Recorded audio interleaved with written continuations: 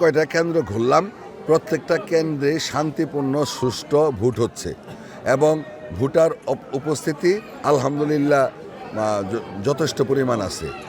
নিরাপত্তার বিষয় আইন শৃঙ্খলা বাহিনী আপনারাও দেখতেছেন সম্পূর্ণ সচেতন তারা, এবং সর্বোচ্চ আইন শৃঙ্খলা বাহিনী শেরপুর ৩ আসনে নিয়োগ করা হয়েছে। অতীতে কোনো নির্বাচনেই এত আইন শৃঙ্খলা বাহিনীর সদস্য ছিল না। আমার বিশ্বাস 100% নিরপেক্ষ নির্বাচন হবে।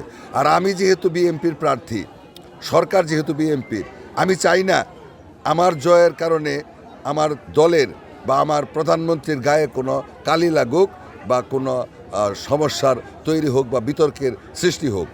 আমি ইনশাল্লাহ আশা করি এই এলাকা বিএনপির এলাকা, এখানে আমার বাবা এমপি, আমি এমপি ছিলাম, সুতরাং আমি বিশ্বাস করি যে এই এলাকার মানুষ সুষ্ঠু ভোট দিতে পারলে ইনশাল্লাহ বিজয় আমার সুনিশ্চিত। অভিযোগ আসলে জামাত সত্যিকার অর্থে একটা অভিযোগকারী দল হিসেবে পরিচিত।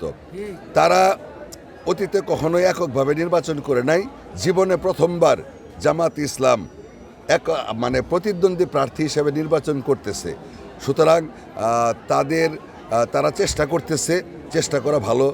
তারা নির্বাচনে অংশগ্রহণ করছে। আমি আশা করব সর্বশেষ মুহূর্ত পর্যন্ত যেন তারা মাঠে থাকে, কারণ প্রতিদ্বন্দ্বিতা ছাড়া নির্বাচনটা ঠিক জমে না। তাদের অভিযোগ সম্পূর্ণরূপে মিথ্যা, এবং আপনারা যারা সাংবাদিক আছেন প্রিন্ট এবং ইলেকট্রনিক মিডিয়ার, আপনারা খোঁজখবর রাখেন। ইনশাল্লাহ আমার বিশ্বাস যে কোথাও অনিয়ম আপনারা পাবেন না। জামাতের বিরুদ্ধে জামাতের বিরুদ্ধে আমার কোনো অভিযোগ নাই। তবে এইটুকু শুধু আমরা চিন্তিত ছিলাম যে গরিব এলাকা যেহেতু টাকা দিয়ে তারা ভোট কিনে কিনা, এই ব্যাপারে আমরা যেন আমরা অতীতে উদ্বিগ্ন ছিলাম। আর তাদের কথাবার্তাগুলি, বক্তব্যগুলি উস্কানিমূলক, আগ্রাসী এবং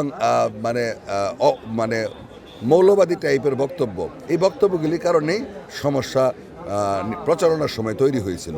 তবে আমার কাছে মনে হয় নির্বাচন যেহেতু চলমান, আজকের দিনই শেষ হয়ে যাবে ইনশাল্লাহ।